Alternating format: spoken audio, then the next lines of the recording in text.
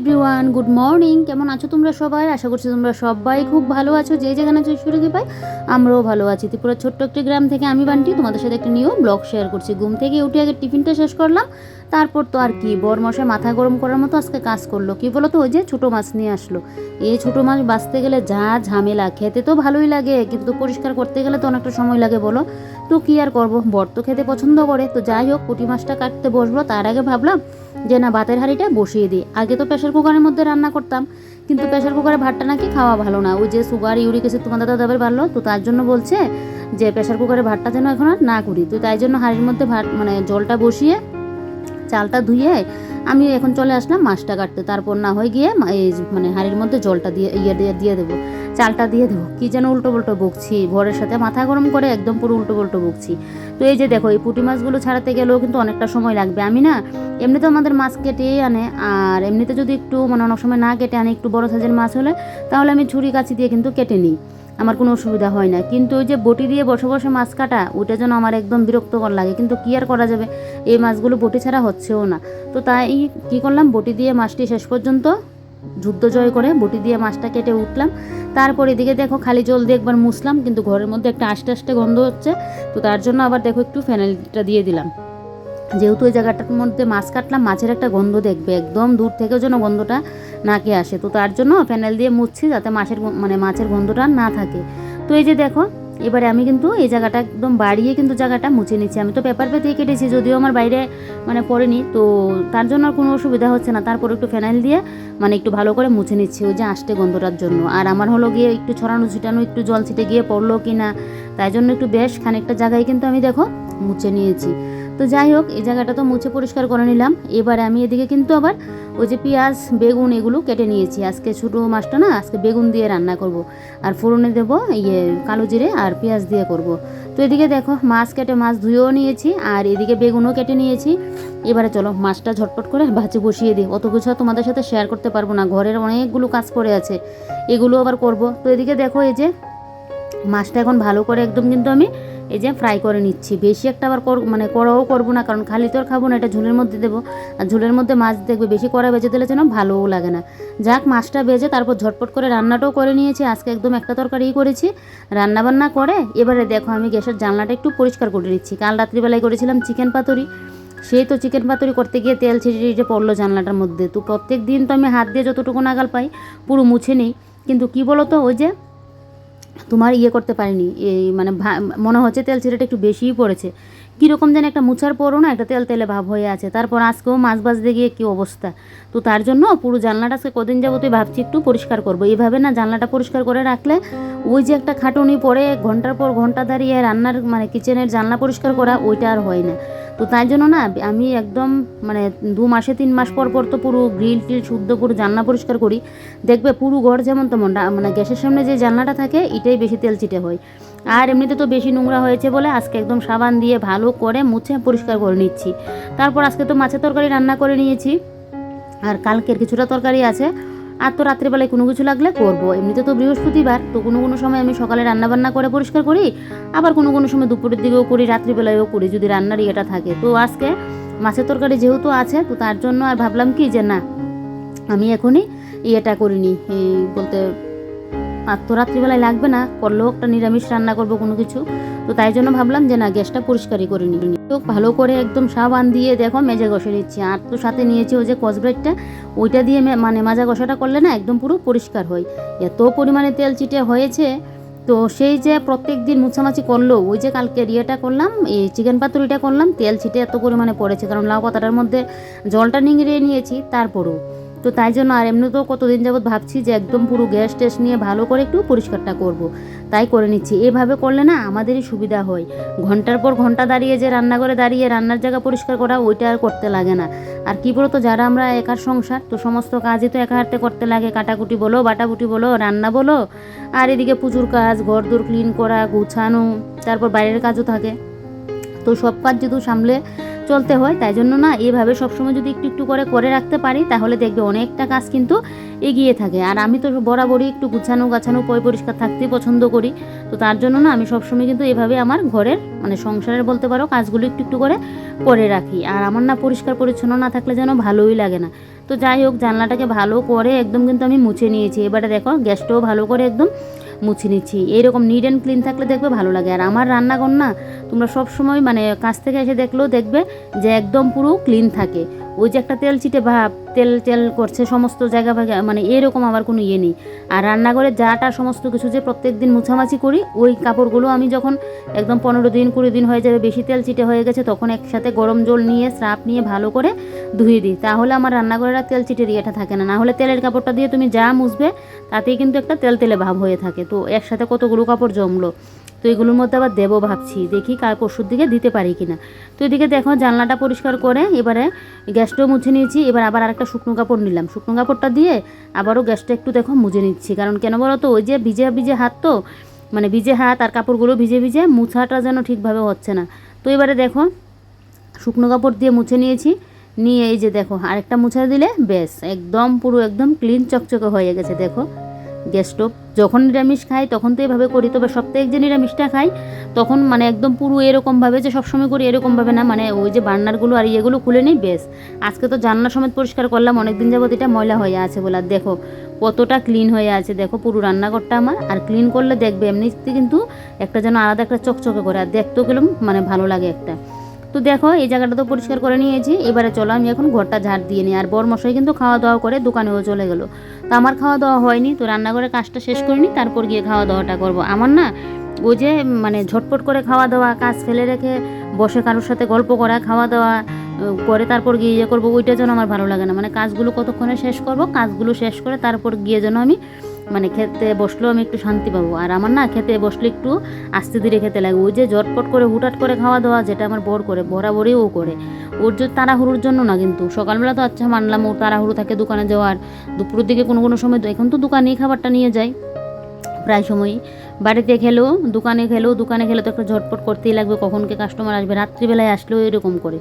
ওর অপেক্ষায় আমি বসে থাকি যে ও আসলে খাওয়া দাওয়া করবো। আর এখন তো ঠান্ডার সময়, ও এসে দেখবে খাওয়া দাওয়া করে একদম বিছানায় উঠে যায়। তা আমিও বলি যে থাকবে, সারাদিন পরিশ্রম করে আসলো, থাকবে এখন তো শীতকাল, বিছানায় গিয়ে শুয়ে থাকুক। আমার তো আস্তে ধীরে খেতে লাগে, আমি তো ঝটপট করে না খেতে পারি না, আমার যেন খাবারটা আর হজম হয় না ও তো ঝটপট করে খেতে গেলে। তো এদিকে দেখো এই যে এবারে পুরো ঘরটাও কিন্তু ভালো করে একদম ঝাড় দিয়ে নিয়েছি। তোমাদের সাথে কথা বলতে বলতে বেশ কিন্তু আমার কাজবাজ হয়ে গেছে। যাই হোক, এদিকে ঝাড়টা দিয়ে তারপর কিন্তু আমি খাওয়া দাওয়া করে নিয়েছি। খাওয়া দাওয়া কমপ্লিট করে তারপর এই ঘরে চলে আসলাম। এবার আমার বেডরুমটাকে একটু ক্লিন করে নিয়েছি। বিছানাটা সকালেই তুলেছিলাম, তো বিছানাটা তুলে আর এমনিতে ঘরদোর আর পরিষ্কার করা হয়নি। তো আমি প্রত্যেক দিন কিছু করে আমার ঘরদোর ক্লিন করে রাখি, যাতে আমার একদিনের খাটুনি না পড়ে। একা হাতে পুরো সংসারের কাজ সামলাতে হয়, তো তাই জন্য আমি প্রত্যেক দিনই কিছু করে রাখি, যাতে আমার অতটার কষ্ট না হয়। না হলে দেখবে 4-5 জন থাকলে 4-5 জন মিলে 4-5টা কাজ করে নিল, কিন্তু একা করতে গেলে তো সেই অনেকটা সময়েরও দরকার, আর শরীরের উপরও চুট পড়ে। তো প্রত্যেক দিন যদি একটু কিছু করে কমিয়ে রাখতে পারি, তাহলে দেখবে আমার ঘরদোরও পরিষ্কার থাকবে, আমার উপরেও কিন্তু অতটা চুট পড়বে না। নিজে একার সংসারে আমি যদি একদম নিজের উপর চুট দিয়ে গিয়ে কাজ করি, তাহলে আমার অসুস্থ হলে সংসারটা দেখবে কে বলো। তাই নিজেকেও ফিট রাখতে লাগবে, এদিকে আমার সংসারের কাজগুলো ঠিক রাখতে লাগবে। তো এদিকে এই যে দেখো এবারে এই সাইডের টিনগুলোকে একটু ভালো করে মুছে দিচ্ছি। জিনিসপত্রের উপরে তো আর ধুলোবালি পড়ে না, জিনিসপত্রের উপরে পাশাপাশি কিন্তু ওই যে ঘরের চারপাশে টিনগুলোর মধ্যেও কিন্তু ধুলোবালিটা পড়ে। তো টিনের গাড়া ঘর হলেও না আমি বরাবর কিন্তু এভাবে আমার ঘরদোর গুছিয়ে গাছিয়ে পরিপাটি করে রাখি। তো যাই হোক, সকালবেলায় একদিকে রান্না বসিয়ে তারপর দেখলে কিচেনটা একটু ক্লিন করলাম, তারপর তো এদিকে এসে এখন বেডরুমটাও ক্লিন করে নিচ্ছি। টিনের গাড়া ঘর হলেও নিজের মনের মতো করে সাজিয়ে রাখলে না এটাই কিন্তু স্বর্গ হয়ে ওঠে। যাই হোক, এদিকে আমার এই সাইডের টিনগুলো তো পরিষ্কার করা হয়ে গেছে। এবারে দেখো এই সাইডের দরজাটাও কিন্তু আমি পরিষ্কার করে নিচ্ছি, যেটা দিয়ে আমাদের পেছনে যাওয়া হয়। তো এই যে দেখো এবার এই জায়গাটা পরিষ্কার করে এবারে সোফাগুলোকে একটু ঠিকঠাক করে নিচ্ছি। বিছানা যেরকম আমার টান থাকতে লাগে, এরকম কিন্তু আমার সোফাগুলোও টান থাকতে লাগে, না হলে যেন আমার ভালো লাগে না, একদম পুরো টান থাকতে হবে। তো এদিকে দেখো এই যে সোফাগুলোকে একটু টান করে নিচ্ছি। আর এই যে দেখো এই পাশের ইয়েগুলোও কিন্তু আমি একটু ঠিকঠাক করে নিচ্ছি। এই যে তো এই জায়গাটা ঠিকঠাক করে নিলে বেশ। আর এই জায়গাটা একটু না ঝাড় দিয়ে তারপর এগুলো একটু পাচ্ছি, কারণ ধুলোবালি পড়ে তো, তাই তো কদিন বাদে একটু ঝাড় দিয়ে পেতে নিলে ভালো হয়, মানে ময়লাটা আটকে থাকে না। তো এই যে এই জায়গাটা আমার টান টান করে পাতা হয়ে গেছে। আমার কিন্তু আরও এক সেট সুপার কাভার আছে, তো ওগুলো সবসময় পাতেই না, একটা অনুষ্ঠান হলে গিয়ে পাতি, এগুলোও পারতাম না, বরের বকা জোকাতে গিয়ে এগুলো আমি পাতে। আমার না জিনিসপত্র যেন মায়া লাগে, জিনিসপত্র সমস্ত কিছু বের করে পরে নেব, ইয়ে করে নেব, ওইটা যেন ভালো লাগে না। তো এদিকে দেখো এই যে এই জায়গাটা একদম গুছিয়ে নিয়েছি। এবারে আমি ইয়েটা করব, মানে মোটামুটি কাজ শেষ বলতে পারো। এবারে ঘরটা ঝাড় দিয়ে নেব, ব্যাস, তাহলে আমার কাজ বলতে পারো কমপ্লিট। একটা সংসারে কম কাজ থাকে না, শীতের বেলা তো কীভাবে যেন সকাল গড়িয়ে বিকেল চলে আসে, কাজ করতে করতে যেন কুলোতে পারি না। তারপর তো আবার পুজোর কাজ আছে, পুজো দেওয়া, তো আমার পুজো দিতে দিতে না সেই 1টা-1:30 বেজে যায়। কোনো দিন আবার মানে কাজের ইয়েতে 12টার মধ্যেও দিয়ে নিতে পারি, কোনো দিন সকালে দিয়ে নিই। তো এখন সকালে দেওয়া সম্ভব হয় না, একে তো শীতকাল, মানে সকালে আমি স্নান করতে পারি না, সমস্যা ওই যে হাত ব্যথার প্রবলেম। দেখবে গরম জল দিয়ে স্নান করো না কেন, সে জল ঢালার পর যখন কাপড়টা চেঞ্জ করবে না, তখন দেখবে সেই ঠান্ডাটা কিন্তু লাগে। আর এমনি তো আমার সকালবেলা তাড়াহুড়ো থাকে, বড় টাইমের মধ্যে খেয়ে দোকানে যাবে, সেই এত তাড়াহুড়োর মধ্যে যেন কাটাকুটি করবো না, রান্না করবো না, পুজো দেবো না, স্নান করতে যাবো, সেই এত তাড়াহুড়োর মধ্যে যেন পারি না। এদিকে আবার বর আজকে বলেছে ওই যে বরের সোয়েটারগুলো নামিয়ে দেওয়ার জন্য, তো ওর সোয়েটার তো মানে 2টা না 3টা নামিয়েছে, আর বাদ বাকিগুলো এই টুলিটার মধ্যে। তো সমস্ত সোয়েটার দেখো এখন কিন্তু আমি নামিয়ে নিচ্ছি। তো এগুলো না একটু বাইরে রোদে দিয়ে দেবো, কারণ রোদ না দিলে গায়ে দিতে পারবে না, কারণ অনেক দিন যাবত এখানে রাখা, সে 6-7 মাস পর আবার বের করলাম, মানে শীত যাওয়ার পর যখন একদম তুলে রাখি, রোদে দিয়ে ধুয়ে টুয়ে একদম তুলে রাখি। তো এগুলোকে আবার যখন বের করবো, একটু যদি রোদে না দিই তাহলে দেখবে একটা কীরকম জানি গন্ধ বেরোয়। তো তার জন্য একটু রোদে দিয়ে আসলাম, আর এই ফাঁকে আমি এখন এই ঘরটাও ঝাড় দিয়ে নিচ্ছি। চুলগুলির অবস্থা দেখো, চুলটা কেটেও যেন আর শান্তি পাচ্ছি না। এই যে কার্লির জন্য আমি আর ইয়ে করতে পারছি না, এরকম একটা কোনো কিছু ঘরোয়া ইয়ে থাকতো যে একদম চুলগুলো আমার একদম পুরো স্ট্রেট হয়ে যাবে। এমনিতে তো করতে গেলে বাপরে বাপ কতগুলো টাকা যায়, আর একবার তো করেও ছিলাম, তো বেশি দিন তো আর যায়নি। যেটা ভগবান আমাকে জন্মগত দিয়েছে সেটাই কিন্তু থাকবে, না হয় কিছুদিনের জন্য তুমি একটু উল্টে পাল্টে রাখতে পারবে, চেঞ্জ করে রাখতে পারবে, সবসময় কিন্তু তা হয় না। তো এদিকে দেখো এই যে আমার এদিকে ইয়েও করে নিয়েছি, ঘরটা এদিকে দেখো ঝাড়ও দিয়ে নিচ্ছে। ঘরটা ঝাড় দিয়ে আজকে অন্য কোনো কাজটা আর করবো না, বাইরেও কাজ করবো না। আজকে পুঁটি মাছ আমার কাটতে গিয়ে রাঁধতে গিয়ে অনেকটা সময় লেগে গেল। তো এদিকে ঘরটা ঝাড় দিয়েই আমি না সোজা চলে যাব স্নান করতে। আজকে পুজোর জায়গাটার মধ্যে একটু কাজ আছে, পুজোর জায়গাটাও না কী অবস্থা হয়ে আছে। তো এই জায়গাটা কতদিন যাবত ভাবছি একটু পরিষ্কার করবো, তো আর হয়ে উঠছে না।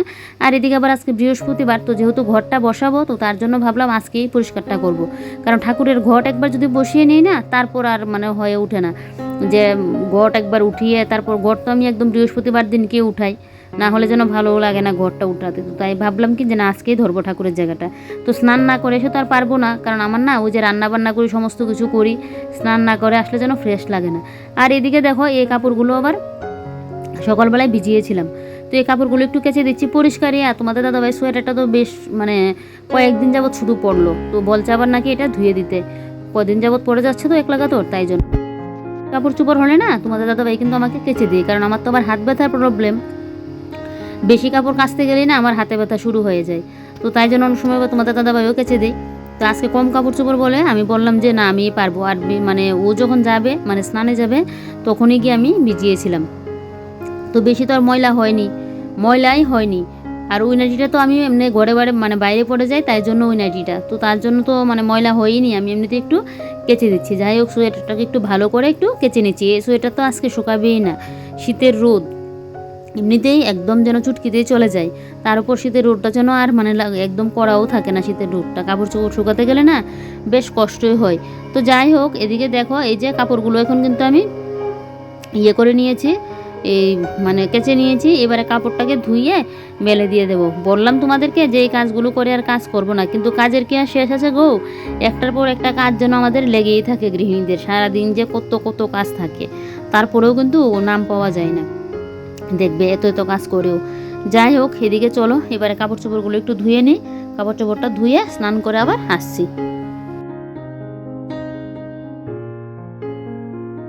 আর এদিকে দেখো বন্ধুরা, আমি স্নান করে এসে ঠাকুরের জায়গা চেঞ্জও করে নিয়েছি। আগে আমার ঠাকুরটা ছিল নিচে, তো নিচে থাকে তা না একদম আরশোলা একদম পুরো ডিম পেড়ে কি অবস্থা করে রেখে দিয়েছে, আরশোলা তারপর বিচ্ছু কি অবস্থা যে হয়ে আছে, তো তাই জন্য ঠাকুরকে আমি একদম উপরে তুলে নিয়েছি। আর এই যে দেখো মা লক্ষ্মীর ঘটও বসে নিয়েছি। এই কাজটা করতে গিয়ে আমার পুরো একদম 1 ঘন্টার মতো লাগলো। তো তোমাদেরকে তো আর পুরো কাজটা দেখাইনি, কী থেকে কী করলাম। নিচটা তো আগে দেখে মানে আসনটা ছিল, তো এখন উপরে তুলে নিয়েছি, তো বুঝতেই পারছো অনেকটা সময় লাগলো ঠাকুর পাতা তারপর সমস্ত কিছু করা। আর এইখানে আমার র্যাক ছিল, তারপর সমস্ত বাসনকুসন ছিল, ওই র্যাকটা এখন ওই নিচটার মধ্যে নিয়ে গেলাম। এখন দাঁড়িয়ে দাঁড়িয়ে পুজোও দিতে পারবো। আর একটা বিশেষ করে কি বলো তো, আগে যেমন এই জায়গাটার মধ্যে আমার জায়গা ছিল না, ওই যে র্যাকটাকে নিয়ে টাঙের উপর রাখতে হতো। তো এখন তো আমার নিচটাও জায়গা হয়েছে, একটা পুজো দিতে গেলেও আমার সুবিধাই হবে। তাহলে আজকের ব্লগটা এখানেই শেষ করছি, অনেকটা খাটুনি হয়ে গেছে, এবার একটু রেস্ট করবো। তো চলো, কালকে আবারও একটা নতুন ব্লগে